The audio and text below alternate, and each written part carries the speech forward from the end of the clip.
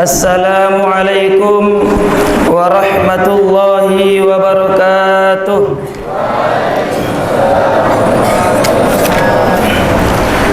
Allahu akbar, Allahu akbar, Allahu akbar. Allahu akbar, Allahu akbar, Allahu akbar. Allahu akbar, Allahu akbar, Allahu akbar. Allahu akbar kabira walhamdulillahi katsira wa subhanallahi bukratan wa asila.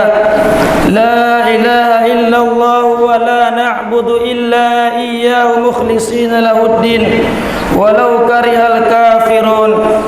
La ilaha illallah wahdah صدق وعده ونصر عبده وأعز جنده وهزم الأحزاب وحده. لا إله إلا الله والله أكبر. الله أكبر ولله الحمد. الحمد لله، الحمد لله الملك القهار. أحمده سبحانه وتعالى على نعم تتوالى كالأمطار، وأشكره على مترادف فضله المدرار. وأشهد أن لا إله إلا الله وحده لا شريك له شهادة تنجي قائلها من النار. وأشهد أن سيدنا محمدا عبده ورسوله النبي المختار. اللهم صل وسلم على سيدنا محمد أفضل من حج واغتمر وعلى آله وصحبه الأبرار. أما بعد، فيا أيها الحاضرون اتقوا الله تعالى واعلموا أن يومكم هذا يوم فضيل وعيد شريف جليل رفع الله تعالى قدره وأزهر وسماه يوم الحج الأكبر. الله أكبر، الله أكبر، الله أكبر. Hadirin kaum muslimin, sidang jemaah salat Idul Adha yang dimuliakan oleh Allah Subhanahu wa taala. Ada dua orang manusia yang tak bisa kita balas budi baiknya. Ada dua orang manusia yang tak bisa kita balas budi jasanya. Kita tumpang 9 bulan 10 hari lamanya. Yang kita tumpangi itu bukanlah rumahnya, yang kita tumpangi itu bukanlah kamarnya, akan tetapi yang kita tumpangi itu adalah rahim dan tubuhnya. Berkorban nyawa dia melahirkan kita ke atas dunia ini. Mulai dari tadi malam bahkan sampai pagi hari ini, wajahnya selalu terbayang di depan wajah kita. Walaupun sekarang kita berada di dalam Quran dan mereka jauh di kampung halaman, akan tetapi teringat wajah mereka yang tak pernah lelah mencarikan nafkah untuk kita semua. Mereka lah manusia yang rela kelaparan untuk mengenyangkan kita. Mereka lah manusia yang rela tidak tidur untuk menidurkan kita. Mereka lah manusia yang rela tidak membeli baju demi bisa membelikan kita baju agar kita tidak malu kepada kawan-kawan kita. Mereka lah manusia yang rela belanja, yang rela jualan, yang rela bekerja, tak peduli mau panas ataupun hujan. Raganya memang tak di sini, tetapi wajahnya tergambar jelas di pelupuk mata. Siapakah mereka? Tidak lain dan tidak bukan, itulah ayah dan ibu kita.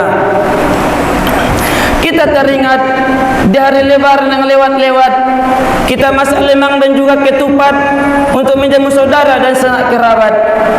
Kita juga teringat dahulu, setiap pagi sebelum subuh di malam lebaran, di malam takbiran, ayah dan bunda kita dengan tangan dan suara lembutnya mulai membangunkan kita. Kita pun dimandikannya, dipakaikan kita baju lebaran, diusapkan bedak dan juga wewangian. Namun hari ini lebaran kali ini terasa begitu berbeda, karena kita bangun dan mandi hanya seperti biasanya. Kita berpakaian dan siap-siap seadanya, tanpa ada ayah dan bunda di samping kita. Hari ini kita berkumpul, hari ini kita berzikir, hari ini kita bertakbir, Allahu Akbar, Allahu Akbar, Allahu Akbar. Hanya dengan takbir itulah yang bisa mengusir kesedihan kita, dan hanya dengan takbir itu jugalah yang bisa menguatkan kita dan menyenangkan hati kita di hari yang mulia ini. Apa yang bisa kita lakukan untuk mengusir kesedihan? Andaikan orang tua kita hari ini ada di sini, andaikan orang tua kita ada bersama kita, mungkin bisa kita salam tangannya, bisa kita peluk tubuhnya, bisa kita cium keningnya, dan kita bisikan di telinganya. Kita katakan bahwa betapa kita mencintai mereka. Namun akan tetapi hari ini mereka tak ada bersama kita. Tak ada yang bisa kita lakukan selain daripada mengangkat kedua tangan, meminta kepada Tuhan, Rabbi ghfirli wa liwalidayya warhamhuma kama rabbayani shaghira. Ya Allah, ampunilah dosaku, ampunilah ayah dan ibuku, dan sayangilah mereka sebagaimana mereka menyayangi kami sewaktu kami kecil. Allahu Akbar, Allahu Akbar, Allahu Akbar. Namun barangkali banyak juga di antara kita yang tak bisa lagi berjumpa dengan orang yang dia cinta. Apa sebabnya?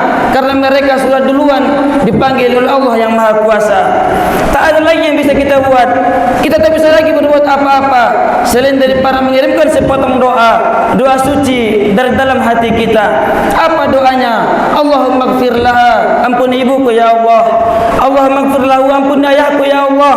Waj'al jannata maswahu, dan jadikanlah surga sebagai tempat kembali mereka. Allahu Akbar, Allahu Akbar, Allahu Akbar. Hanya Engkau yang Maha Besar ya Allah, hanya Engkau yang Maha Kuasa ya Allah. Tidak ada yang lebih hebat daripada Engkau. Mari kita usir kesedihan, mari kita hilangkan kegelisahan di hari ini dengan takbir dan tahmid di hari yang mulia ini. Hadirin kaum muslimin yang dimuliakan oleh Allah Subhanahu wa taala.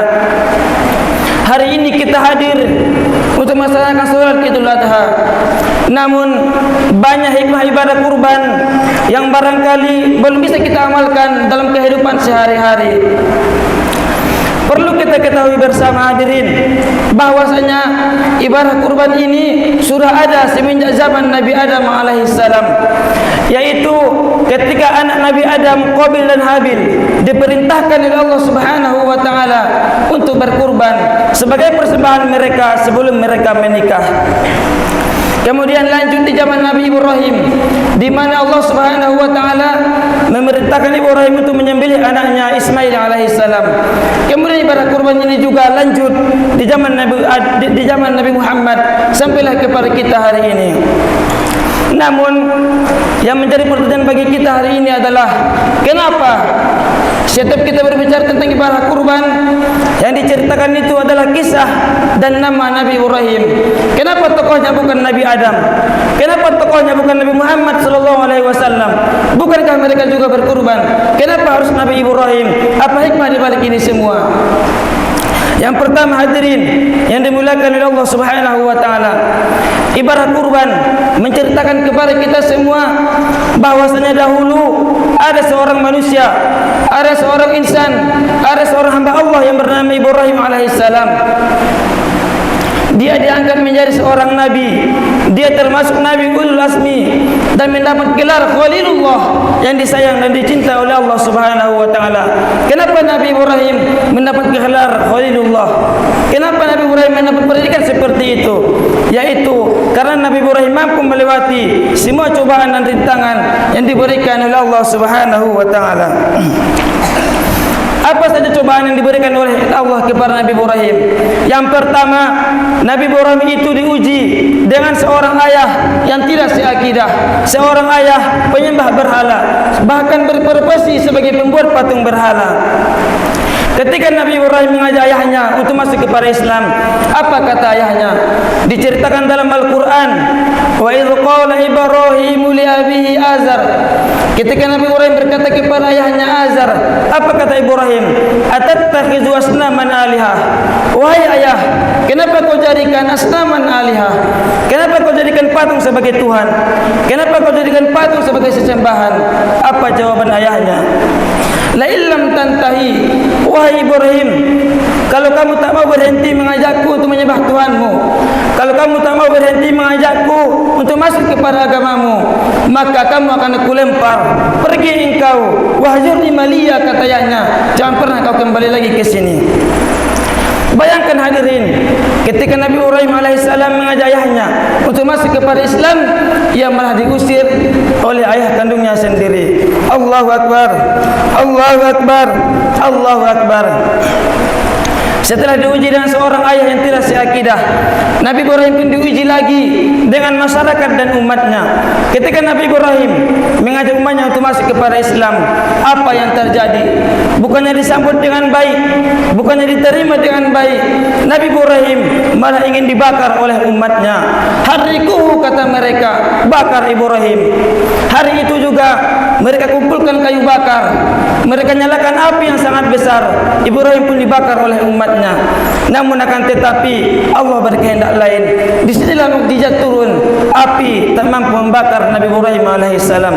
Apa kata Allah dalam Al-Quran? Qul ya naru kuni bardan wa salaman ala Ibrahim. Wahai api, kata Allah, jadilah engkau dingin dan selamatkanlah hamba Ibrahim. Hadirin kaum muslimin yang dimuliakan oleh Allah Subhanahu wa taala. Lulus ujian keluarga, lulus ujian masyarakat, lanjut diuji lagi dengan ujian pernikahan. Lama sudah menikah dengan Siti Sarah, kemudian menikah lagi dengan Siti Hajar, namun tak juga Allah berikan keturunan. Sehingga sampailah masanya ketika Nabi Ibrahim berumur 86 tahun, barulah Allah berikan anak dan keturunan berupa Nabi Ismail alaihissalam. Dan disinilah awal mula ujian yang jauh lebih besar Allah berikan kepada Nabi Ibrahim. Puluhan tahun sudah menikah, namun Allah juga Allah berikan keturunan. Setelah keturunan itu Allah berikan, malah disuruh untuk disembelih. Bayangkan hadirin, seorang anak yang puluhan tahun dinantikan kehadirannya, seorang anak yang masih kecil dan masih lucu-lucunya, seorang anak yang sangat disayang dan dimanja oleh orang tuanya, disuruh disembelih oleh Allah Subhanahu wa taala. Ayah mana coba yang sanggup melakukan hal semacam itu? Hadirin kaum muslimin yang dimuliakan oleh Allah Subhanahu wa taala. Kenapa sih Allah memberikan ujian semacam itu? Kenapa sih Allah memberikan kita cobaan dan ujian yang terkadang di luar pikiran kita, di luar persangka kita? Kenapa? Jawabannya adalah karena Allah ingin melihat, Allah ingin mengetahui sejauh manakah keimanan dan ketakwaan kita kepada Allah Subhanahu wa taala. Allah taala berfirman, "Hasiban nas ayatraku wa yaqulu amanna wa hum la yuftanun." Apakah manusia itu mengira? Apakah manusia itu mengira bahwa mereka akan kami biarkan berkata amanna, bahwa kami beriman kepada Allah, wa hum la yuftanun, padahal mereka belum lagi kami uji. Ketika kita berani mengatakan amanna, bahwa kita beriman kepada Allah, maka siap-siaplah kita akan mendapatkan ujian dari Allah Subhanahu wa taala. Semakin tinggi sebuah pohon, akan semakin keras angin yang menggoncang. Semakin tinggi keimanan kita kepada Allah, akan semakin besar cobaan dan rintangan yang Allah berikan. Allahu Akbar, Allahu Akbar, Allahu Akbar. Kenapa Allah menyuruh Ibrahim untuk menyembelih anaknya? Kenapa Allah tidak menyuruh Ibrahim untuk menyembelih ternaknya saja, menyembelih kambing ataupun untanya? Kenapa harus anaknya? Yaitu karena Allah tahu bahwa Ibrahim itu tak cinta kepada hartanya. Allah tahu Ibrahim itu tak cinta kepada ternaknya. Allah juga tahu bahwa Ibrahim itu tak cinta kepada kambing dan untanya. Yang dicintai oleh Ibrahim saat itu adalah anak satu-satunya, yaitu Ismail alaihissalam. Kenapa Allah menyuruh Ibrahim untuk menyembelih Ismail? Karena Allah ingin melihat manakah yang lebih dicintai oleh Ibrahim, anaknya kah ataukah Allah? Dan Ibrahim pun membuktikan bahwa cintanya kepada Allah lebih tinggi daripada segala-galanya. Hadirin kaum muslimin, sidang jemaah yang dimuliakan oleh Allah Subhanahu wa taala. Adapun sebagai kesimpulan khutbah kita kali ini adalah bahwa mari sama-sama kita teladani semua kisah perjuangan dan pengorbanan Nabi Ibrahim alaihissalam, termasuk tetap berbuat baik kepada kedua orang tua kita. Sembulan-bulan 10 hari lamanya kita menumpang di rahimnya, takkan lelah mencari nafkah untuk belanja untuk kita. Namun apa yang sudah kita lakukan hari ini untuk mereka? Apa yang sudah kita perbuat untuk membalas budi jasa baik mereka? Apa yang sudah kita lakukan untuk membalas perjuangan dan pengorbanan mereka? Mereka yang tak pernah hitung-hitungan, mereka yang tak pernah berpikir dua kali untuk membantu kita. Jangankan yang di kantongnya, jangankan yang di sakunya, yang di mulutnya pun akan mereka muntahkan, akan mereka keluarkan kalau kita membutuhkannya. Karena memang begitulah orang tua. Oleh karena itulah di hari yang mulia ini ingatlah mereka, kenanglah mereka. Karena barangkali dulu kita selalu bersama dengan mereka ketika berhari raya, tetapi kali ini kita tidak bersama mereka. Walaupun begitu, kami yakin wajah dan senyuman mereka tergambar jelas dan nyata di dalam hati dan jiwa kita. Barakallahu li wa lakum fil Qur'anil azim wa nafa'ni wa iyyakum bima fihi minal ayati wa zikril hakim. Fataqabbal minni wa minkum tilawatahu innahu huwas samiul alim. Allahumma salli